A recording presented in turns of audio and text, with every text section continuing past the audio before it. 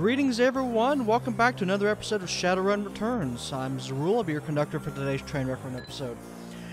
So we've just finished up, we've gotten back to the safe house here, and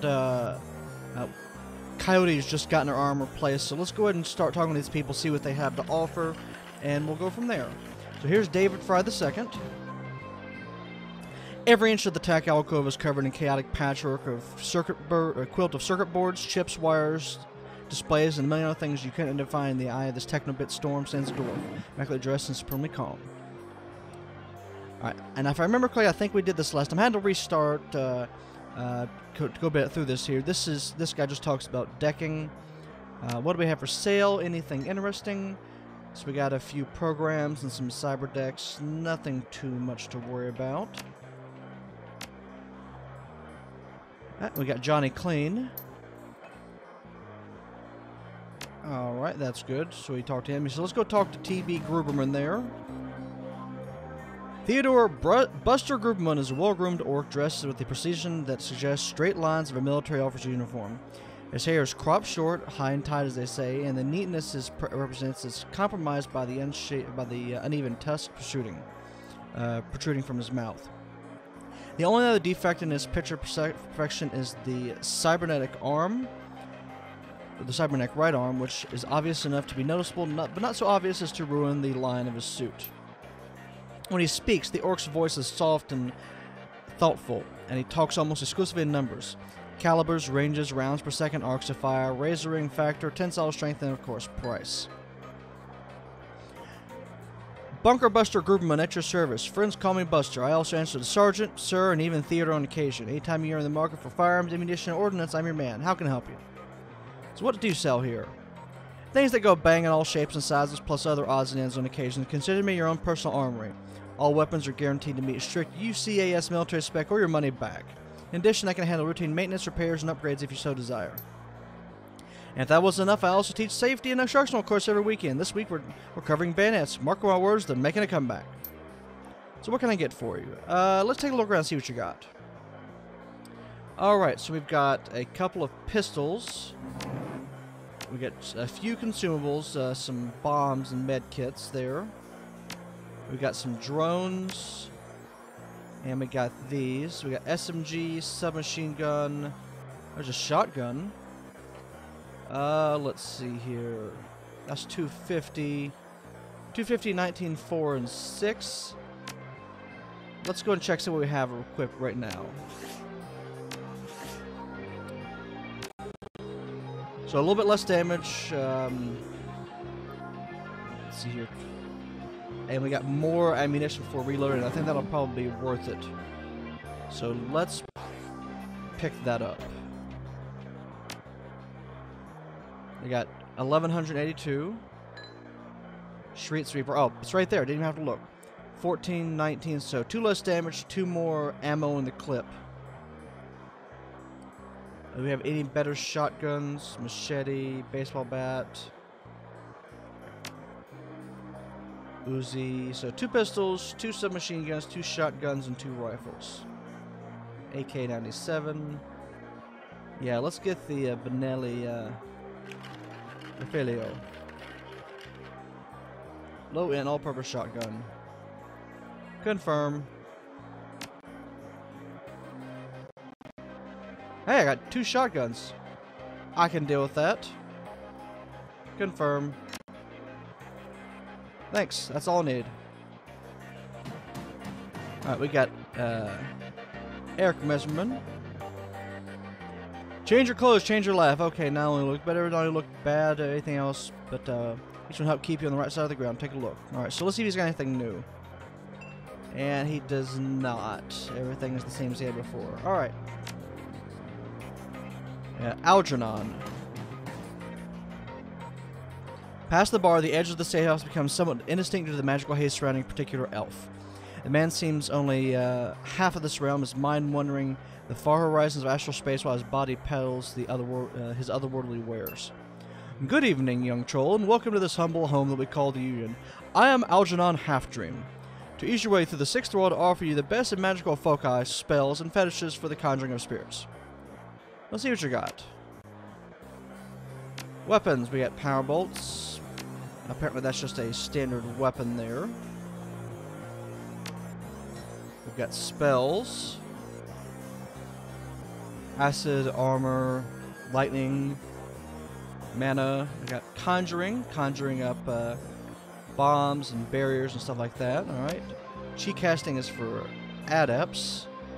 Pain resists. Mystic armor. Alright. Consumables. Force 2 fetishes and Force 1. Alright, so same as the other guy, but some more stuff. Let's go back over here and talk to the doctor.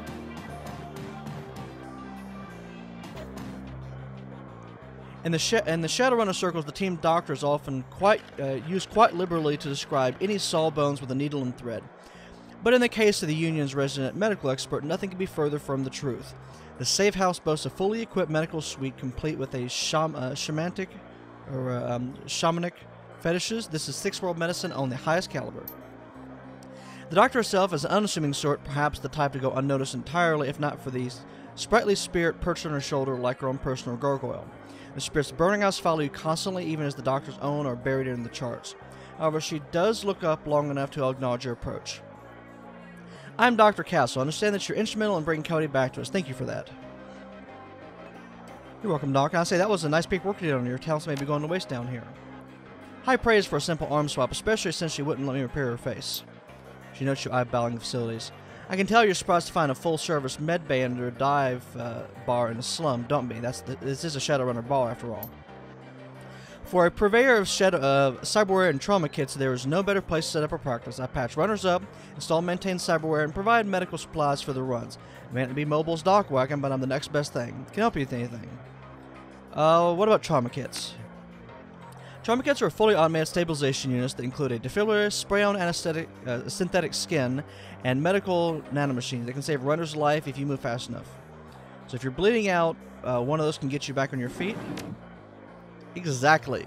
But you have to be quick. This is Doc Wagon's own field tech, but even their stuff has its limits.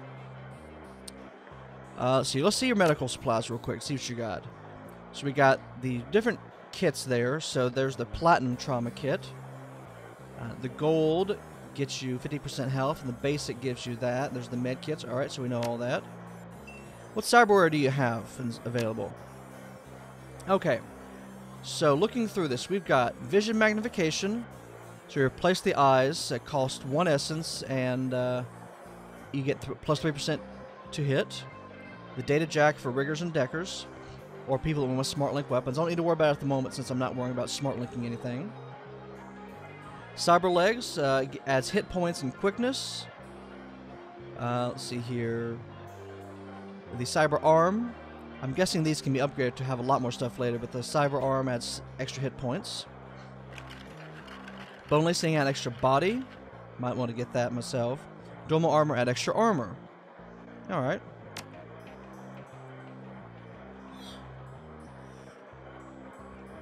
I see shamanic fetishes. Are you a shaman too? With the modern medical technology to make surgery less disruptive than it used to be, it's still quite an ordeal for both the body and the spirit, requiring extensive recuperation for it to properly heal. I am trained in the ways of the spirit world as well as the scientific world, and do my best to heal the whole patient. What's on your shoulder? This old guy supports the healing rituals I perform on my patients after surgery, dramatically reducing the recovery time. Not standard procedure, of course, but the results speak for themselves. Alright, never mind. Now let's go over here. Let's check out. Oh, we met all of the black market vendors. Sweet. All right. Good. So we're going to go upstairs and deliver the stones to Mr. Delilah. Let's go and take a look at Sam's bunk real quick.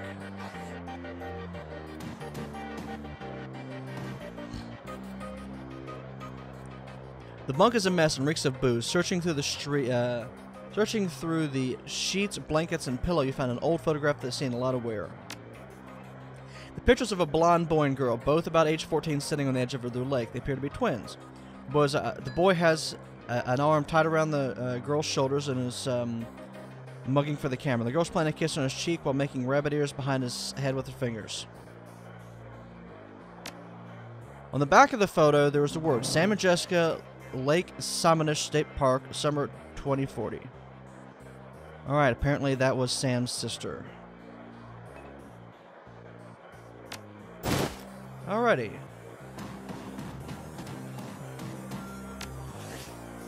Alright, let's go back upstairs real quick. Talk to Mr. Delilah.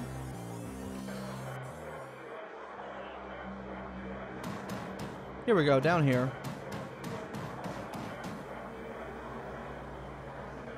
Mr. Delilah looks smart and tough with an untraceable shoddy on his back and a heavy vest under his trench coat.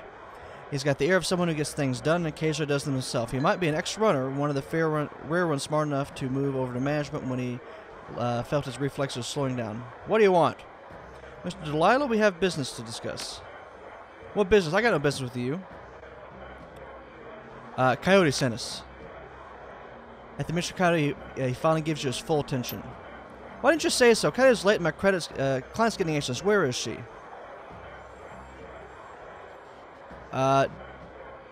She's downstairs in the med bay. Got her arm turned off on the job.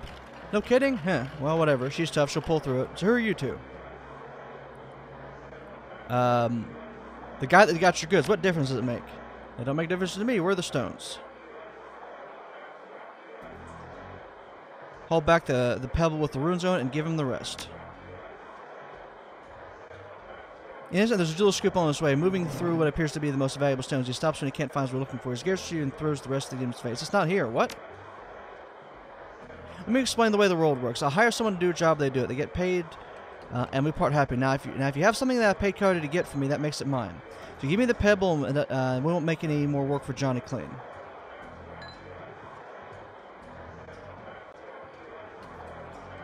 Maybe if you told me more about the pebble, it might jog my memory. That's smart enough not to ask clients what they want. I just arranged for them to get it, and I'll hand it over.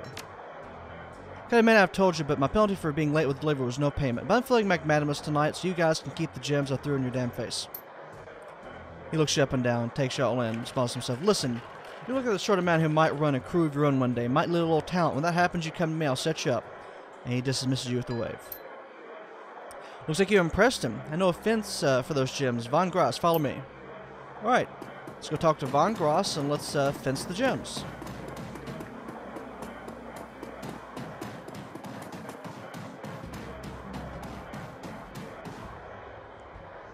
Von Gross is fiddling with a cyber eyeball, nodding in his PDA.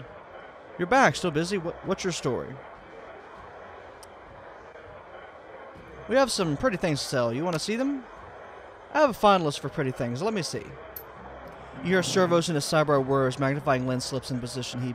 He bends his head over the stones for 2 seconds, maybe less. Huh.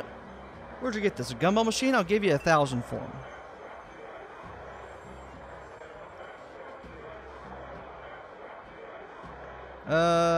I'll think about it. Suit yourself. Alright, so I got an idea. Let us spend some of our karma. So we want academic charisma. I can do academic. Or academic for that. I think academic works. Alright, so we got 9 more to go. Alright, so let us increase a few things. So quickness is at 4, range combat is at 3. Alright. Now body's now at 6, we're going to increase that by 1. We've got 3 left over. Let's spend it on dodge. 3 dodge. That's good. Alright. Let's talk to him now.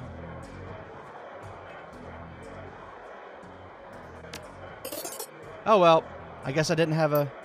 I guess I couldn't go back and ask him again. Good enough. So, we sold the stones for $1,000. I'm happy.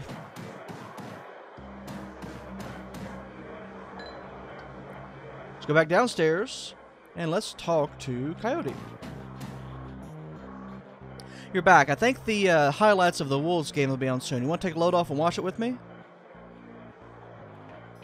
I found something in the bunk Sam was using.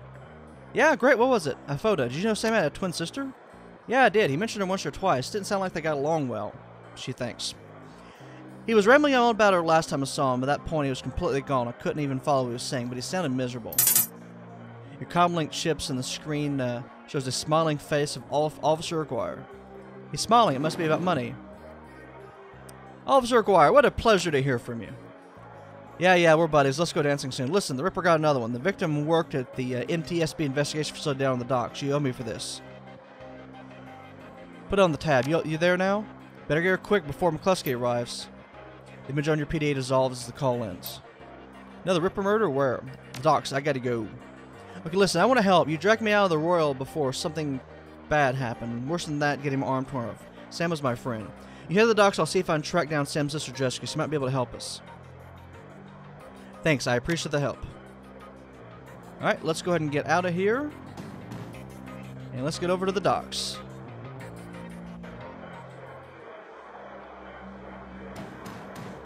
For the time being, I'm not going to worry about getting all chromed up. We're just going to go ahead and get out of here. We'll worry about it when we get a little bit more money. Yep, confirm. Here we go. To the docks. The South Seattle docks. Leaving the Seamstress Union behind, you head to the docks. The Rippers killed Sam, and maybe he or she slipped up with the latest victim. Left some useful evidence. Only one way to find out. South Seattle is your typical industrial area. Grit, grime, and gray. The rain doesn't help matters any. Layers of dirt mixed with the abandoned wooden pallets, repurposed into a makeshift furniture for the day workers. Garbage collects in the gutter and the broken down street. Disreputable is this district's middle name. Your destination, the National Transportation Safety Board warehouse, is located on the small strip of a dock down towards the less managed end of the waterfront. Despite the presence of those who linger in such places, it's as quiet as you approach the gate.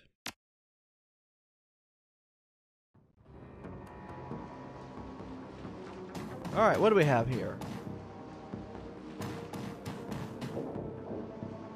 Let's go down here. Open up this area. Nothing down here. The streetwalker. What did she say? Know anything about the NTSB? Yeah, the bums around here have been stealing all crap from that place for years. Not worth my time, though. Okay.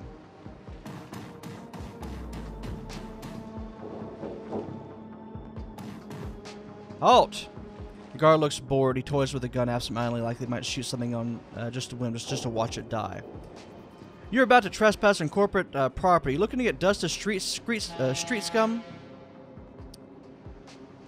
I'm working with Lone Star on the crime scene investigation in the NTSB warehouse.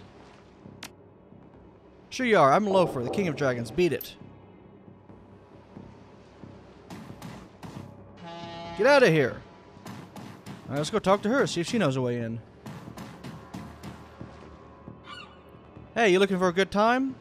Not me, a friend of mine. I need you to have some fun with the guard over by the fence around the corner. She looks you knowing. Alright, $20 buys you a 5-minute distraction, then I gotta get back to work on terms from real Union.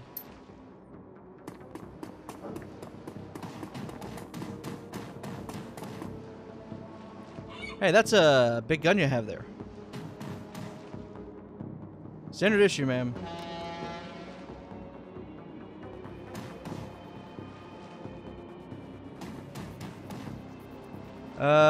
Now... Oh, here we go.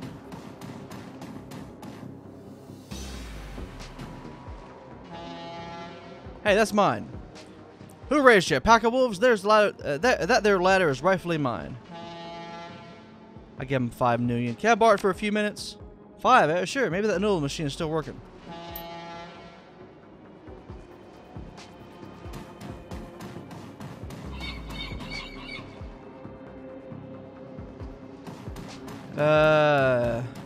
Where? Ah, here we go.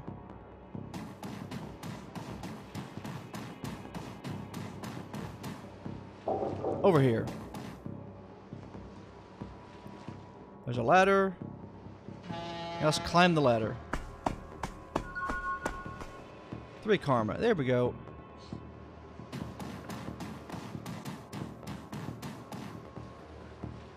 What do we have through here? A bunch of old junk. Old junk is definitely right. Oh, we got another ladder there. there's where we need to go. So let's look around first before we do that, anything like that. Ah, yes, here we go. Loot. A concussion grenade. Sent to your stash.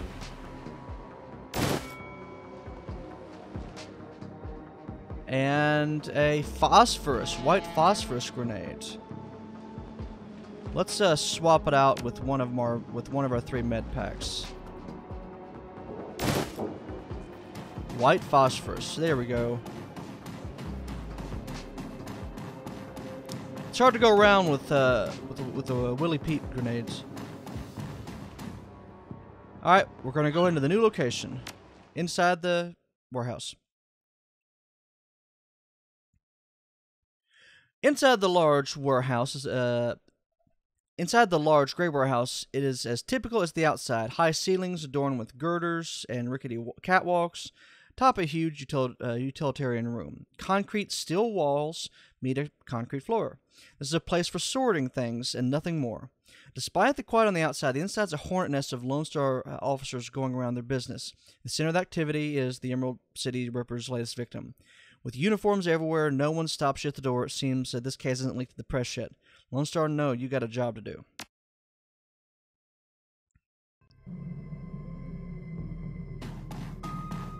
Here we go.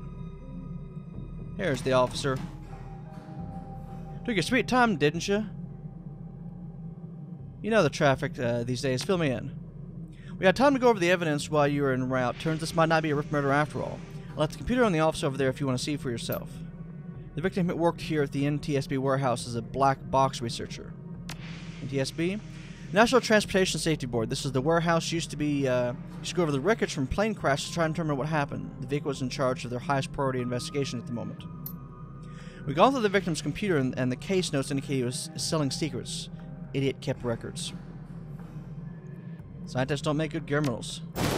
Tell me about it. Some runner like you probably offered him to cover up his court master's involvement and tried to make it look like a Ripper killing. Here's the office key. Check it out for yourself if you want. Alright, let's go take a look. Here is our good friend Dresden. Zerul, surprised to see you here. Let me guess. Officer Aguirre tipped you off? Suppose you must have made an impression on him at the market the other day. Or your credit stick did it right. Anyway, surprise. We got another Ripper victim on our hands. Looks like the business is good for Dial-A-Morgue these days. Ah, yes, indeed. The victim's male, mixed Native American descent, age 38. Based off the condition of the body, it looks like he was killed around 2 in the morning. Cause of death, unknown. Several internal organs were removed from his body after death, quite gruesomely. Not sure if the killer even knew what he wanted before they started cutting. Not much else to tell you yet, really. He does have a lot of pre-existing scar tissue, so he probably had a major surgery at some point in recent history. Fortunately, with the organs gone, I can't determine the nature of the surgery. So nice hole where his chest was. So what was on the butcher's shopping list? Well, the killer definitely took his lungs. The more I look at it, though, the other missing organs may just be eviscerated within the chest cavity.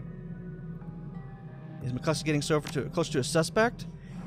McCluskey couldn't find his ass with both hands. Don't tell him I said that, though. How's Officer Aguirre doing on the case? He seems a real go-getter. Aguirre would love to solve it for McCluskey and get his gold detective shield. Plus, he'd love to see McCluskey suck it in front of the supervisors. He's already tried to bribe me to keep information from McCluskey and sip it to him. I'm inspired by their tireless pursuit of justice. Did you take the money? He grins from ear to ear. Do you have any idea how much this job pays these days, sir? I don't think Aguirre's salary is going to do too much to seduce me into helping him. True, there's a lot of corpses floating around there. It sounds like the Ripper's taking a different trophy from each victim. Sam's liver, this guy's lungs. Any theories? Sorry, I don't do theories. I'm a scientist who just happens to prefer dead people. However, while there was some massive damage in the chest cavity, I can see the victim's lungs were transplants, which is interesting, since another victim's heart was also a transplant. Granted, modern medicine has made organ transplants relatively easy, but it's an odd coincidence. Plus, scientists, it's just that a coincidence. This is the only third body I've personally examined. The other branch managers handle the other 2. If I feel more of the victims have organ transplants, I'll let you know. I bet they did, because Sam was drinking himself to death, and his liver was taken, so he probably had a liver transplant. Who's that woman over there? No clue. She just showed up next to Ken, I think. I'm gonna take a look around. Good luck. Get out of here. Shannon Halfsky. You're not a cop. She looks up, watching you warily. I'm independent. What's your relationship to the dead man? Especially in her voice departs almost instantly when the subject turns to the deceased. He's my brother. I've been trying to speak with him. I'm afraid his spirit's too disoriented by his recent journey to answer me. You're a shaman? Yes, for all the good it's doing me. If I can make contact, I might be able to deliver justice and allow my brother's spirit to rest. I can tell you're used to shouldering a heavy burden. Maybe there's an easier way. She looks at you. The flattery largely falling to affect her given the circumstances, but then inspiration dispels the dark cloud surrounding her. Perhaps. My brother's spirit is too weak. That's a given. My brother's spirit may not be alone here this night. She closes her eyes and concentrates, drowning a low chant you can barely hear. Yep, there are others. Other spirits may be of help. Her features harden in frustration if she's searching for something that remains elusive. Sighing, she opens her eyes and fixes you with a stare. But I can't do it alone. Alright, well, what do you need? This warehouse contains spirits of plane crash victims trapped between worlds. They wish to help, they wish to be heard. I think if they have something to say about my brother's murder. Well, sure won't let me in there, but you seem to have the run of the place. If you can find personal items that belong to the victims, I believe I can summon a spirit to speak with us. I need at least 2 such objects. Can you find them for me? I'll do what I can. Okay, so we have a couple of different places to go. Let's look back here real quick also.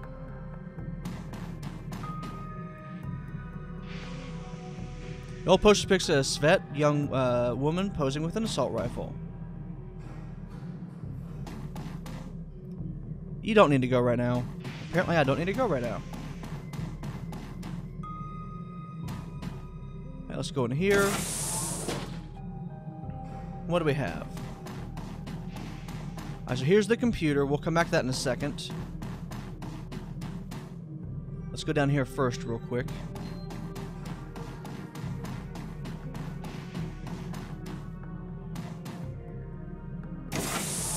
Now what do we have in here? We have a plane wreck.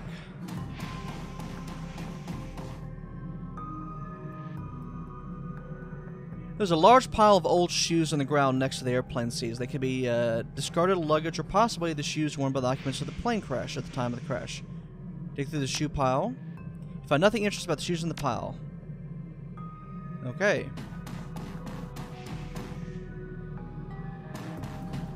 We have a locked door. It's hard to say whether this heap of items and refuse recovered from the plane crash or simply trash hasn't been taken out yet. Let's dig through the trash. A sticky substance of some sort seems to have seeped through the trash pile, and after your hands are quickly covered in this stuff, after searching for a minute, you unearth a handful of interesting items. So let's look at the earring. It's made of burnished steel, formed in the shape of a small salmon. An intense primal fear washes over you if you touch the surface. This will be one of the items the shaman was looking for. You take the earring. Let's look at the cred stick. Surprisingly, the cred stick still is functional. You slide it, and I get 200 nuyen. And what about the dented lunchbox? A dented lunchbox has seen better days. You can barely make out the face of a grinning troll in the front. Alright, we probably have to get in there to get the other item. Let's take a look at this again. Let's dig through the shoe pile again. Nothing interesting.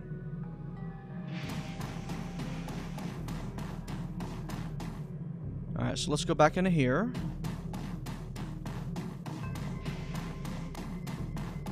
And let's go take a look.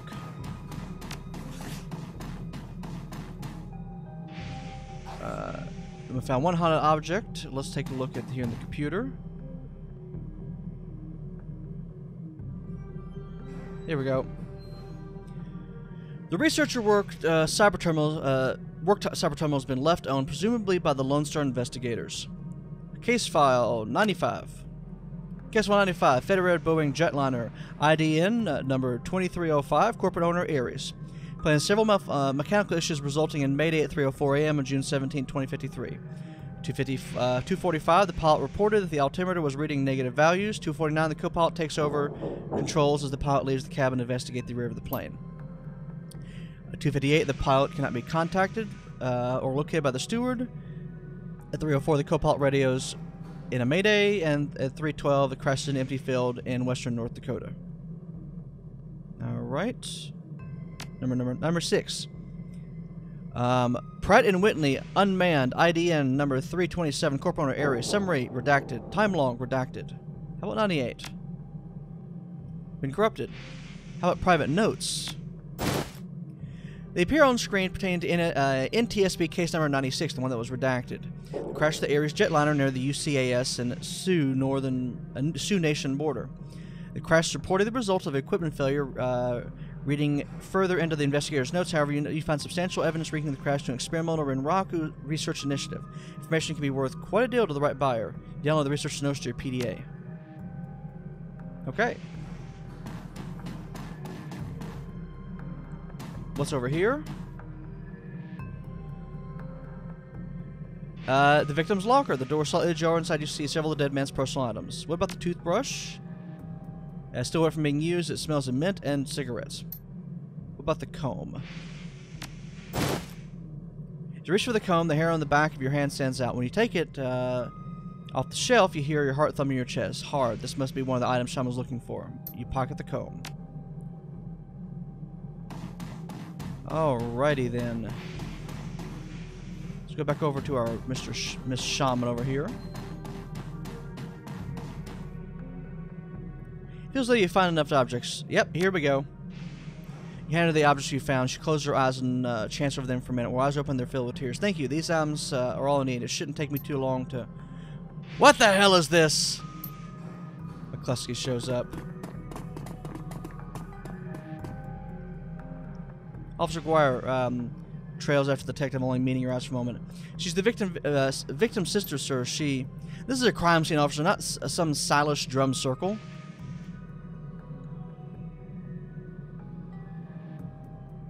Isn't it standard procedure to contact the next of kin? Ma'am, consider yourself contacted. Now get the hell out. Come on, if we stay much longer, I'm liable to do something I regret, or something I'd enjoy.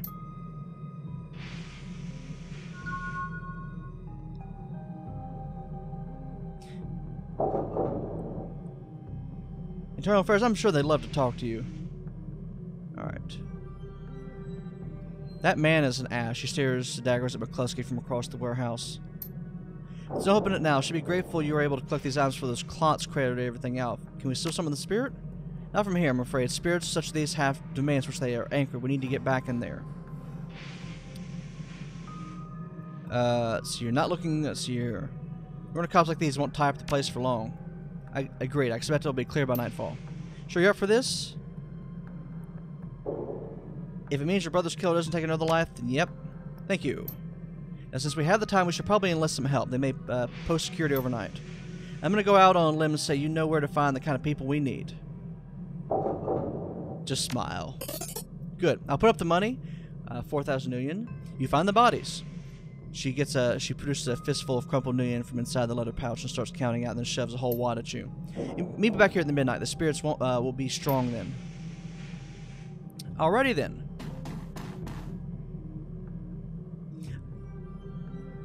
As you start to leave the warehouse, your comlink chirps and the face of Coyote pops on the screen. Coyote looks tense. Hoy, Zarul, you're in the middle of something? Just getting jerked around by Lone Star, same old thing. I hear you. Jarl sits. I don't know if I ever told you this, but I was born on the in the Royale. BTL pushes like Stevie J around the squats. Ran my world when I was growing up. Sounds nasty. Her brow froze. It was for all kinds of reasons. I have a cousin, Gino, who's been missing for months. He hit the sprawl about a year ago and immediately fell in with some tweakers, bad guys. They hooked him on some high-amp dream chips and started using him for all the sorts of dreck. I tried to help him, but he pushed me away. Then he disappeared. I've been scooping up BTL labs ever since trying to find him. I'm guessing you've got a new lead. It's not a lead. She lights up. She's running hot. She has a serious edge. I know exactly where he is this time. He's got an old friend who eyeballed him himself. I'm on my way. Paco's with me, but we can use another hand. You in? I need you right now. I'm on my way. You come. I'll send you the address. See you soon.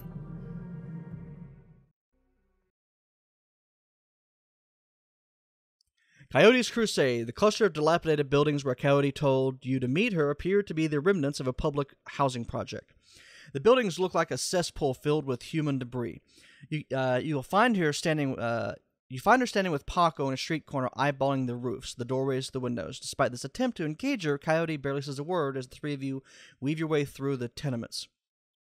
She walks purposely, her new cyber hand flexing open and closed with each step. It's unclear whether the action is voluntary or not. You circle around the back of a building and Coyote jumps up, grabs the bottom rung of a fire escape ladder and pulls it down. Without a signal, she starts climbing towards the roof. Paco looks at you worried and starts up the ladder.